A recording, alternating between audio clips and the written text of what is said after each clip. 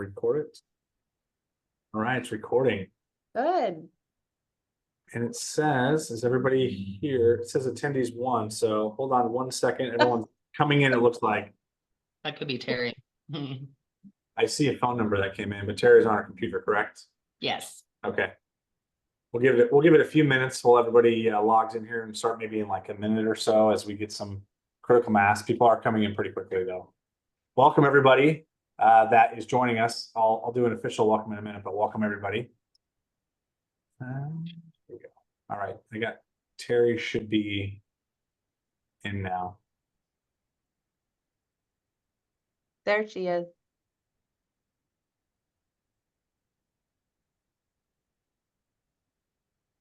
Hopefully she can get her camera on. I turned her camera off actually, but I can turn her on unless she wants to be. Oh, there she is. Might as well have her. She might need to tip her camera down. I got your forehead. Just the top of my head. Perfect. We'll wait a few more minutes, or not minutes, moments.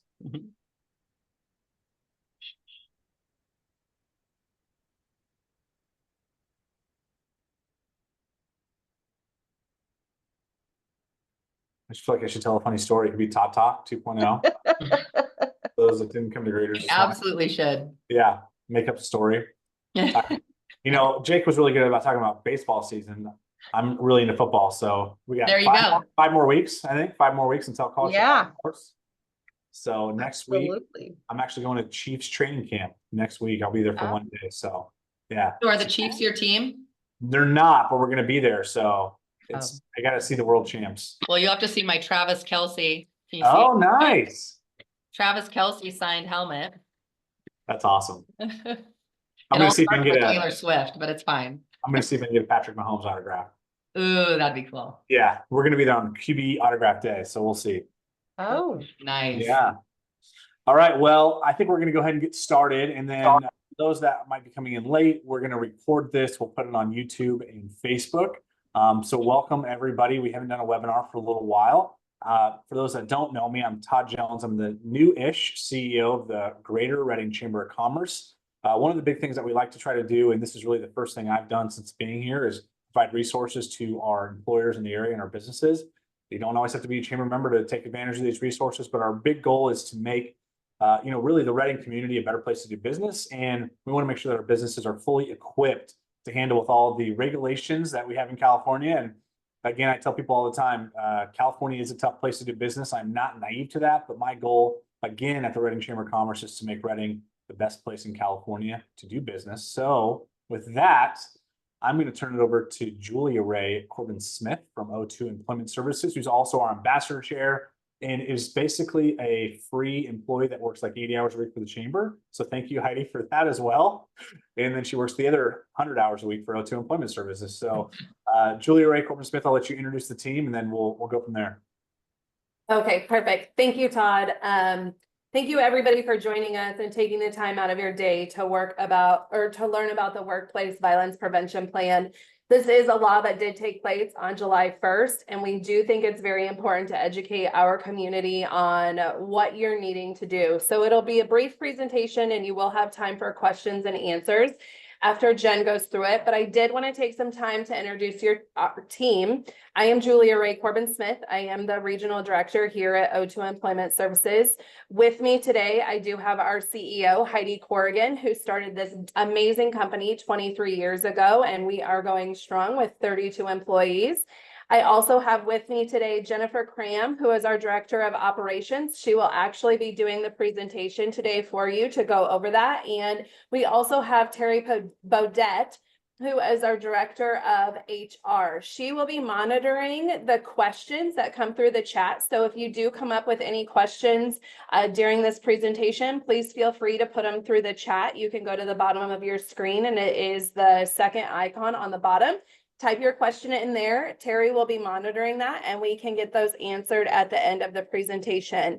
And without further ado, I will hand it over to Jennifer Cram, Director of Operations, to go over the presentation today. Thank you. Well, thank you, Julia Ray, and thank you, Greater Reading Chamber of Commerce, for having O2 Employment Services here today. It's always a pleasure to speak to our community and to be so involved. As most of you might or might not know, like Julia Ray said, Teamwork HR and O2 Staffing has been in business for 23 years.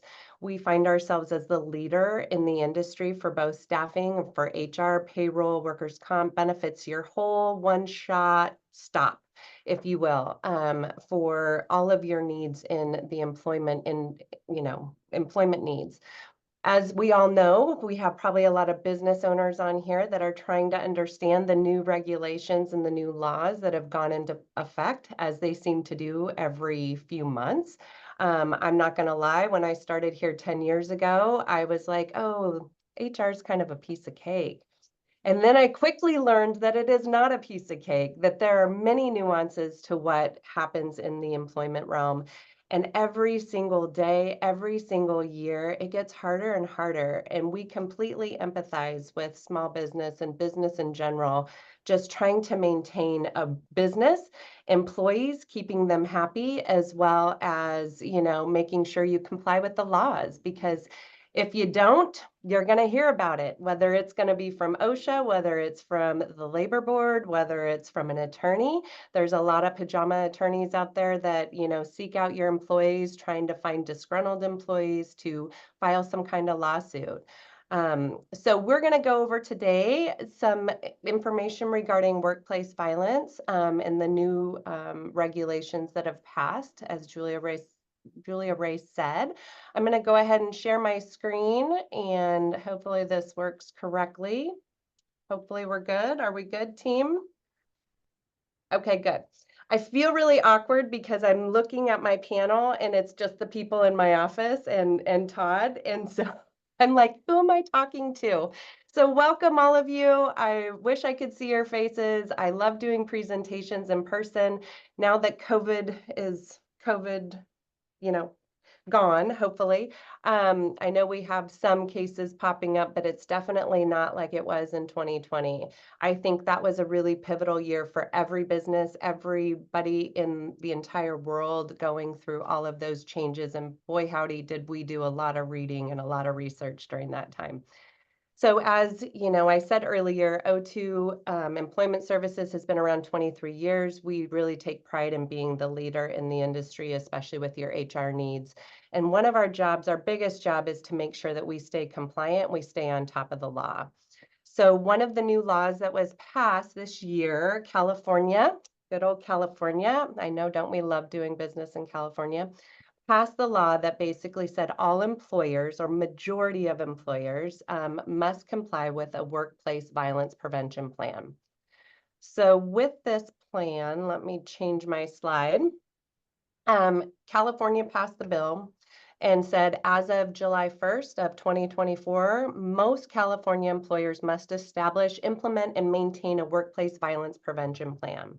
This plan has to have a written document, and you have to have it in a place that your employees can access it and make sure that they understand what your policies, what your procedure, and what your protocols are within your organization.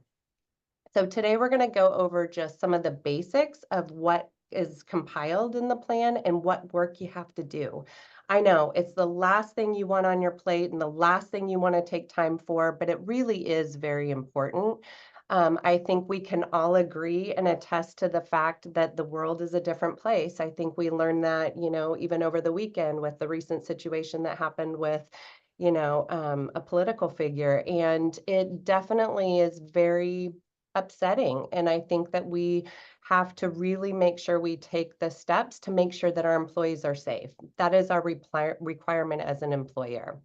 So some of the key requirements of the Senate Bill 553, which was, put into place back in December, I think November, actually, Governor Newsom had signed the bill, basically said that you have to have a written plan. So you have to establish a written plan that you put into effect, and it was due July 1st.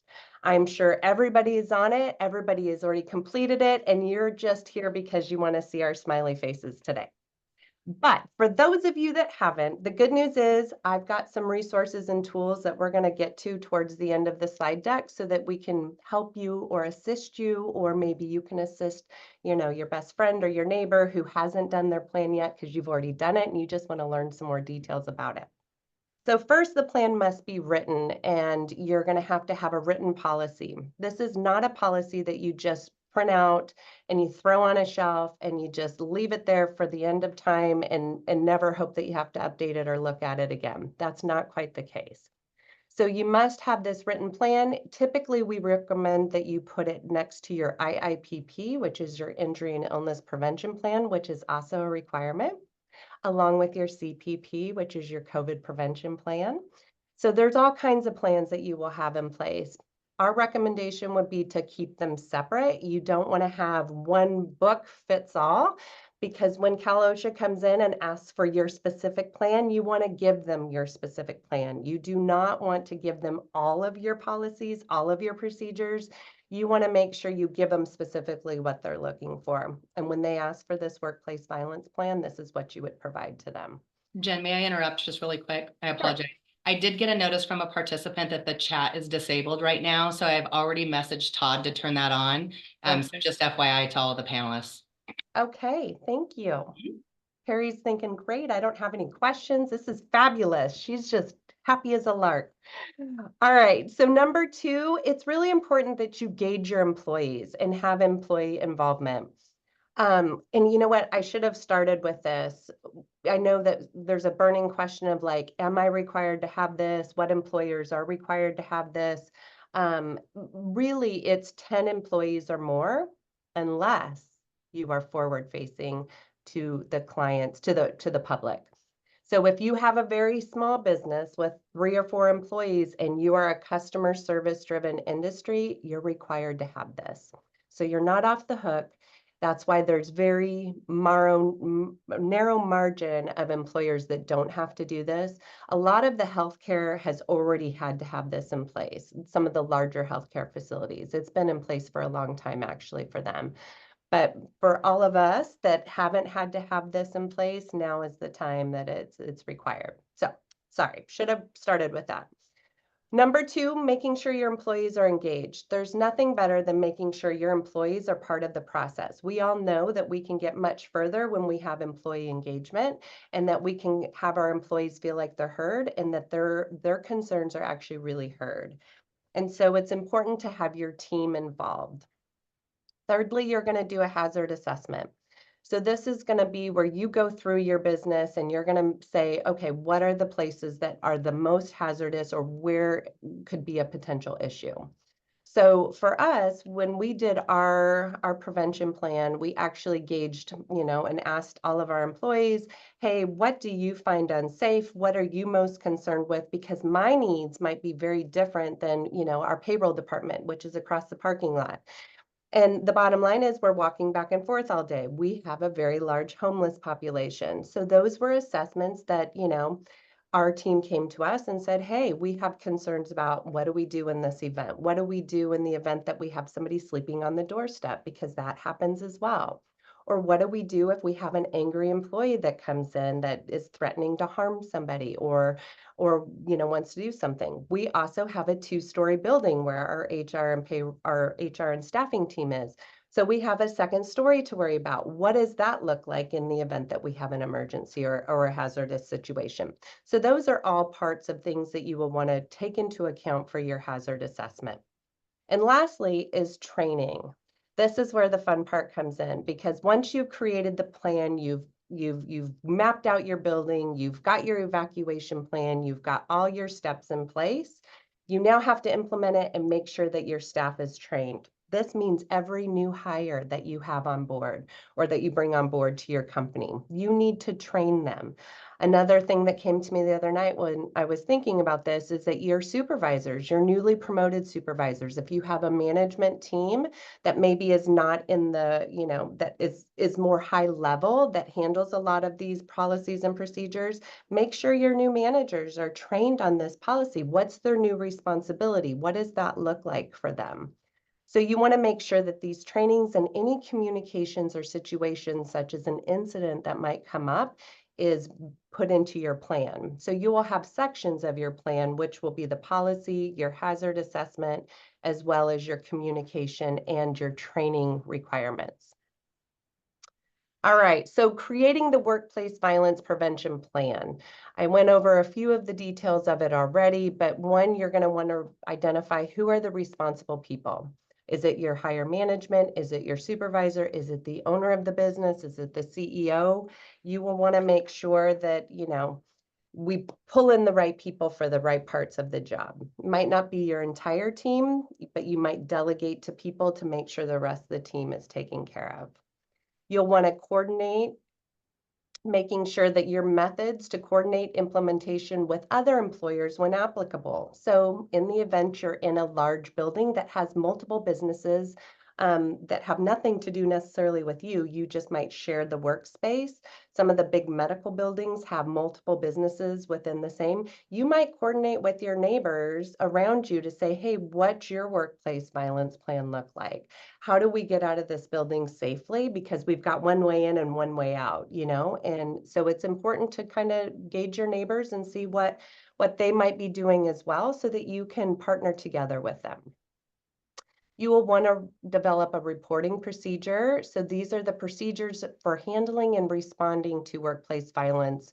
And making sure you're not retaliating against anybody. It's really important. We've already done that training, right? The sexual harassment, which is harassment, discrimination, retaliation. We can't retaliate against somebody that if they come to us with a situation that we need to address, they have to be they have to be reduced of any fears that they might have coming forward with something like that. And lastly, you're going to want to have an emergency protocol. These are your protocols that happen after an incident has happened. You will want to make sure you have an investigative response, investigation process put into place. So anytime that there's a situation, no matter how big or how small, I'd recommend you document it. You make sure that you've done a post-accident or post-incident investigation so that you make sure that can be prevented maybe in the future, or it's something maybe you didn't think of that really is a threat to your business or to your employees.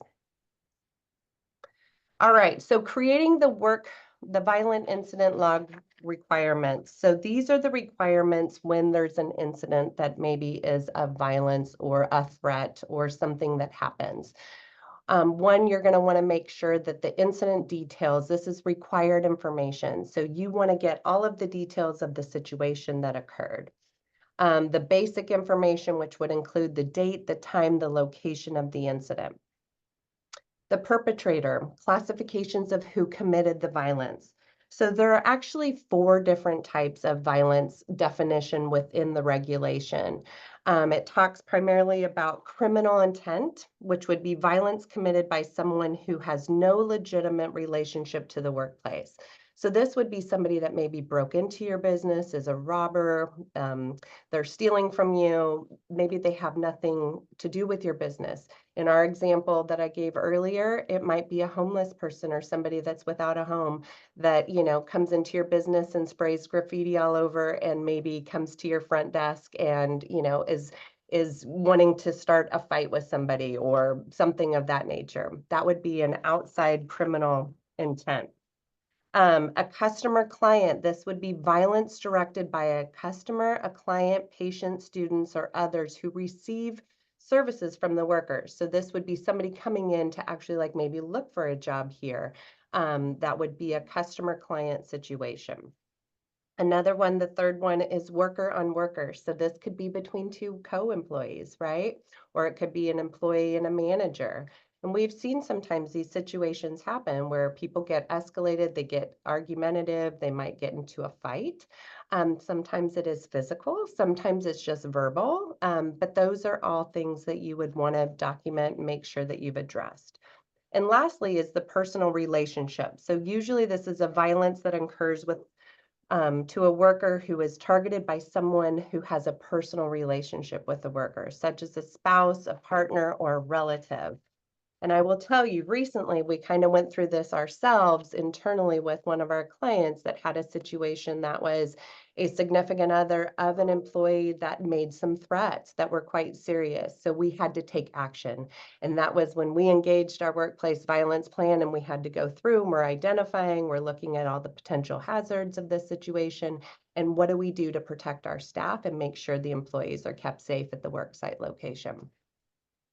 So next, you're going to want to make sure the circumstances, what the situation at the time of the incident was, what were the weather conditions, what was going on around you? Was there a lot of commotion? Was there a lot of people in the waiting room or something like that? You're going to also have the incident characteristics. So the type of violence, is it physical attack or is it more of a threat? Did they bring in a weapon? Did they just, threaten to bring in a weapon? Those are the types of things that you'd want to make sure you document. And the consequences, what was the outcome? Was law enforcement involved? Recently, with that situation that we just had, we did have to file a report with the police department. We are going to keep that police report part of our workplace violence plan as well as the client. They're going to make sure that they document the situation as well. And then what protective measures did you take? What steps have you taken to protect your employees and making sure that this is avoided in the future and making the best effort attempt? All right, so employee training on the workplace. So the initial training is to provide comprehensive initial training to all employees on the workplace violence prevention plan. So this is your first out of the gate. All employees are going to be trained. We're going to make sure that we get everybody up to speed and they know how to evacuate. They know how to do the things. They know where the binder's kept. They know where this policy is. Probably a good idea to have them sign off on something once they've been trained so that you get that into your documentation folder in your binder. Then you're going to move on to an annual refresher. So back to the initial training, you will also do this with new hires moving forward, and then probably annually with all your employees. Maybe at a staff meeting, you have a special meeting that is held for this. And maybe you re-identify your hazards. You go through your checklist. It says, has anything changed? Number 3 would be hazard specific trainings. So offer any additional trainings when new or previously unidentified workplace violent hazards are discovered. This might be when you remodel your building, like you go through and you change your building layout. You probably want to make sure everything's updated so your employees know how to get out of the building. They know what the new evacuation route looks like. Lastly, you're going to want to have interactive discussions. This is an opportunity for you to interact and have discussions with individuals on your team so that they feel comfortable with the way things are handled. What is your policy? What if you have an angry person come in? What do you do? Especially new hires or people that might be new to a customer service field. They might not know or have the best skills to deal with that. Do they get a supervisor? Do they call the police? What are the next steps? All right, so some record keeping requirements. This is part of the plan as well. Making sure your plan is accessible. We already spoke about this, making sure it's in a very easy to identify location, making sure your employees know. Obviously, the people that would be asking for this plan is going to be Cal OSHA. I think they kind of got thrown into this a little bit once the law passed and said, oh, Cal OSHA is going to take, jurisdiction over making sure this workplace violence is in place. So in the event that an employer is, given a special little visit from Cal OSHA and they ask for these documents, you will want to make sure that they are accessible. Obviously, go through your chain of command, and we can go through a whole nother seminar on what to do in the event that you have an inspection or somebody from an outside agency come in. Secondly, you're going to want to make sure you have record retention. So hazard identification, evaluation, and correction records must be kept for 5 years. I know, 5 years, 10 years, 25 years, 30 years for medical records. We've got 7 years for this. We've got 4 years for, I don't know. Just keep them forever. Like, let's just keep them all, because every time we turn around, something's changing and you're either keeping it for 1, 10, 25. So that is for 5 years. All training records should be maintained for 1 year, while violent incident logs or investigation records must be kept for 5 years. So in my opinion, this is purely my opinion. I am not an attorney, but I would say just keep everything for 5 years. Keep it in there. Confidentiality. Obviously, it's important because these are going to be in a place that's very inconspicuous in your place of business. You don't want to include employees' names. You want to be as confidential as you possibly can, but you must log the incident and make sure that you keep all the data and everything that you did to correct or prevent this situation from moving forward. So reporting work-connected incidents, obviously, if it's something that's life-threatening, a serious injury, illness, death, or workplace-related situation, you need to report it immediately to OSHA. That is not something new. Anytime that there's a workplace incident that has a serious injury, illness, or death related to a workplace violence situation or workplace situation, period, it has to be reported. But now we have to report any violent situation that could be a serious injury, illness. Making sure you have the proper documentation. So this is one of those things that's going to go on your OSHA Form 300. So those little annual documents you have to post and make sure you have filled out, and you put it up by, what is it, March 1st, April 1st, forgive me, somewhere in there. Those things have to be logged. So this will be another requirement that you have to make sure is notated on there. And then obtaining the incident reports, working closely with law enforcement to obtain copies of any police reports or related to workplace violence incidents. So just as I said earlier, we had a situation recently, and I'm going to have those police reports so that we have documented our due diligence and our process of making sure we're keeping everybody safe and what we did in those steps to make sure that happened. And some of the things that you have some resources for. So the good news is that you don't have to make this all up on your own. You actually have resources out there that are free. You know, our clients come to us and they're like, here, write my workplace violence plan. And we're like, we'd love to. But OSHA said, no, no, no, you're not the worksite employer. You guys do not know their location. These plans are very specific to your work location. As I mentioned earlier, we have 2 locations, we have 2 offices, we have 2 different needs. So we have to make sure we have those plans in place for each one of them, and we had to go through individually. That could very well be if you have a franchise where you have 7 different locations. You might have threats at one location that are very different from location number 7. And so it's important that you make these plans as specific to your worksite location as possible. OSHA has given a template. They have a template online. I've listed the link here. These slides will go out after our presentation is over, and you can click on there. You can go to the general industry. You can pull up this template, and you will go through. It's going to be very clear cut what you need to fix, what you need to have input for, what you need to develop a plan for, and they'll give you a lot of resources. There's also another link in here for additional information regarding workplace violence, which is on the DIR, which is another great publication that you guys can get some really good information that's not overwhelming. Sometimes we go to these websites and we're like, oh my gosh, it's a mind blow, right? And we're like, how do we find the information that we need? So we've taken some of that guesswork out for you guys. And staying informed, obviously check in with your staff, check in with new resources.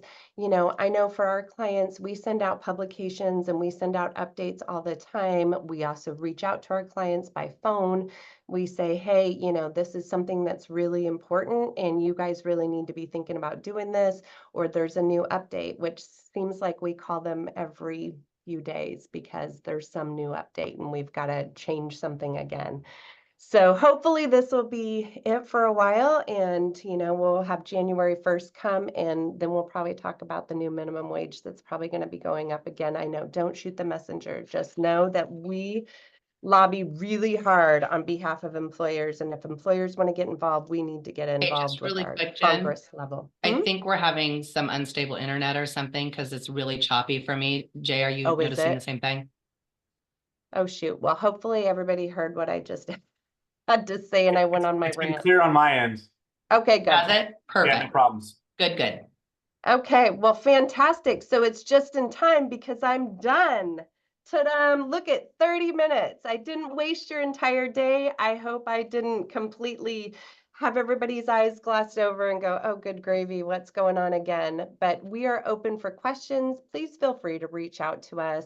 I've put my contact in there as well as Katerina, who is our safety specialist here, who has been working so hard and has done an amazing job on this workplace violence plan and trying to help assist clients and coming up with questionnaires and that kind of information for our clients.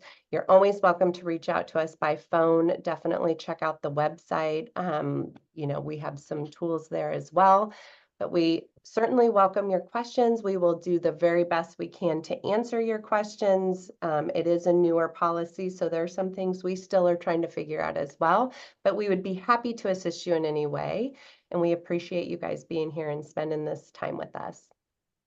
Then there is a question in the chat. Terry did answer it. It's from Tanya, but maybe you can go over it a little bit because I think it would be good information for everybody within the group. And it's in regards to not naming anybody specifically into documents. The question is, how do you not use a name but still document it correctly?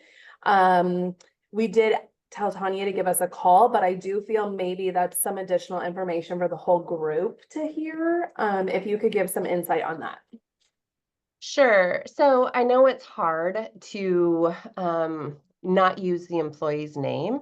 It might be a department or a job title that you would use, and it might be one of the classifications that I discussed earlier, like one of the 4. Is it a criminal intent situation? Is it a customer client situation? Is it a worker on worker? Or is it a personal relationship without identifying specifically who it is? It's kind of like when you do an injury and you write it on the the 300 log. You can't put identifying information on there as well regarding the employee. So I would try to be, it's kind of back to those COVID days where we had a lot of employees that had to be reported. Obviously, we'd get information, but we had other companies that had corporate that they had to report to, and they used an identifying number for that employee instead of divulging the employee's information. So that might be something you would try to do. Maybe they have an employee number within your payroll system or your QuickBooks system or something like that. But definitely, it's a great question. I think we're all kind of learning as we go, and we'll just want to be as sensitive as we possibly can.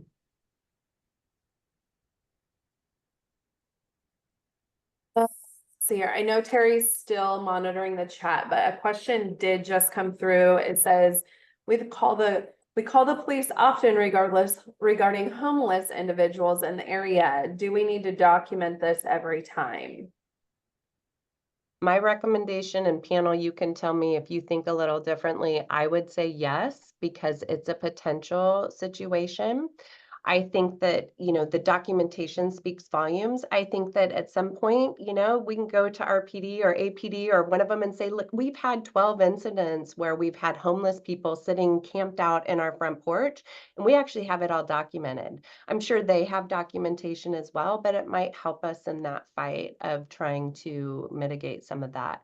But I would say yes, that it would be something that, it's not maybe a whole full-blown investigation because, you're going to just identify the few pieces that might have been a hazard or a situation. Well, and it also shows good faith effort on the part of the employer. That's really important, and that speaks volumes to any type of OSHA program because it shows that you're doing your due diligence. Correct, exactly. The other thing I was going to add is that you want to get a copy of the police report or incident report or incident number and make sure that you keep that as part of your documentation. Yeah, exactly what they said. All right, what else we got? I would say, yeah, any last minute questions, but like I said in the chat, it's not a one size fits all. So reach out to Jen and the team at O2, and I'm sure they'd be happy to help. We'd love to. We love our community and we want to help in any way that we can. We know this is not an easy feat. It's another whole big whopper. One more thing. Yep. One Another more thing. thing. Zinger, another thing to do. It's all about keeping your employees safe though. And I think that if you always think that way, that this is really just a way to keep your employees safe.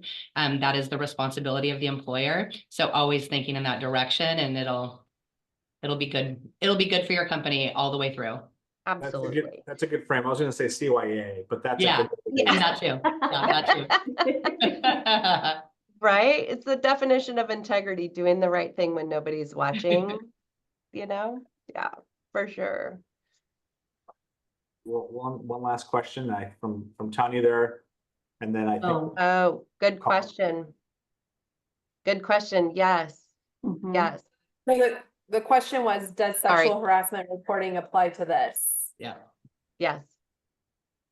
Yes, it does. Okay, well, thank you everybody for joining again. We'll put this on YouTube. We'll put this on our Facebook page as well. So if anyone wants to reference it, and then, yeah, anything else, reach out to O2 Employment Services. Thank you so much for helping our local businesses stay compliant and protect their employees. Yep. And thanks for the Absolutely. teamwork. Our pleasure. Thank you so Mhm. much. Bye, Thanks, everybody. everybody. Thanks. Have a good Yeah, day. bye. Thank you. Bye. Bye, Tanya. Bye, Beth. Good to see you guys. Bye, Terry.